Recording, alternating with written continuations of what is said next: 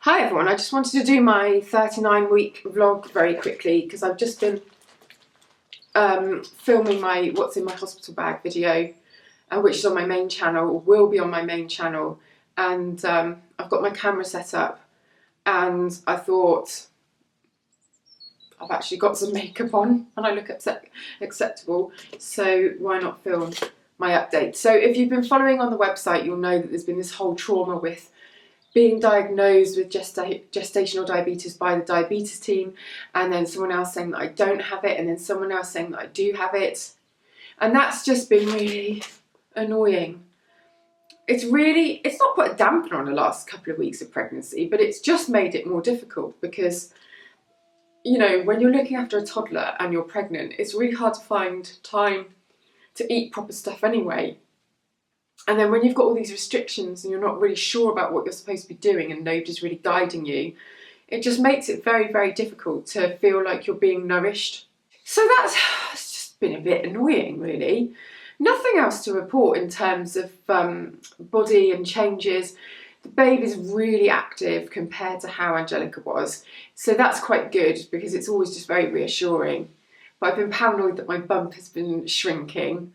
I don't know whether it's because the head is so engaged that it sort of sucked it all back in a little bit, but I don't feel like I'm carrying as big as I was with Angelica.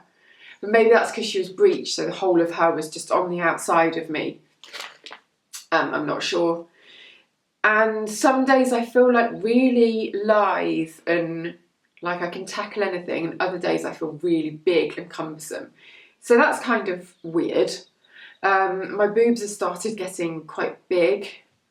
They're obviously preparing themselves, and keep getting weird shooting pains down into my bits and down the tops of my legs, which it's quite strange because you'll be walking along and all of a sudden you feel like you can't walk along because your ligaments have been snipped in half. So that's odd. Oh, and also suddenly got loads of stretch marks across my bump, which I thought, because I always wear the same leggings and knickers, I kept thinking it was just where they'd been pressing against the skin, but it's not. They're like big purple stretch marks. So that's annoying, and I'm going to have to tackle those as soon as it's safe to do so with some heavy duty acids and, I don't know, get some experts involved. I'll try some things for you and report back. Skin's been great, hair's been feeling pretty good, nails are all right, they're growing quite fast, so no complaints there. It's just really been the whole gestational diabetes thing that's been a little bit of a pain. And I've got this cold, which is quite annoying because I only had one just before Christmas, but it's Angelica. Every time she goes to playgroup, I go with her. It's 1 hour a week. And we go up there, and every time we come back, she's ill with something. And this, I've just caught it off her. And the whole family's got it, so that's sort of annoying because I want to be really fighting fit for this C-section, which is in a few days' time. And I feel like I'm really under the weather, which doesn't sort of set me off on a good foot for it. So I'm really trying to take loads of fruit and just be quite healthy and perk myself up, really, so that I feel the best that I can before I go in for the operation. And I'm doing something called, I've talked about this in my hospital bag video, enhanced recovery program, which is when they try and just get you out of the hospital as fast as they can. Which on the one hand sounds amazing, on the other hand it's like, oh God, what if I'm not ready? But I think if you're not ready, you don't have to leave. It's for people that desperately hate hospitals and just want to get out. And of course they check that you're okay, that the womb's okay and the baby's fine and all that kind of thing. So we'll see. I'll report back on that because I'm actually really intrigued, and it's this new initiative that they've got and they're just sort of trying to roll it out. So I'll let you know how it goes. I promise you I will not leave unless I'm feeling up to leaving. But part of my reservations about having an elective C-section were the recovery time and having to stay in hospital for longer. And so in a way, it was sort of like my dreams, my prayers were being answered.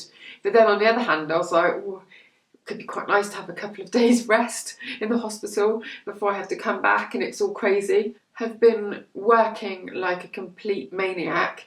It's sort of become obsessive, but I've got so much done. It's been amazing. I've been so productive and so focused and so sharp, which I haven't been for months, actually. So it's been really nice, and I sort of hope that it continues into the first couple of months after I have the baby, because I felt quite driven just after I'd had Angelica as well.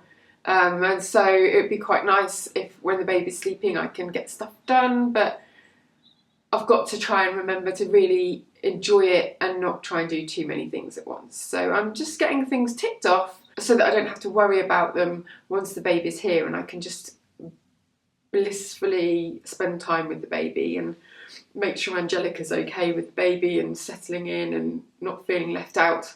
Right, I'm going to go. This is my last pregnancy diary, because yeah, I'm having the baby delivered before 40 weeks.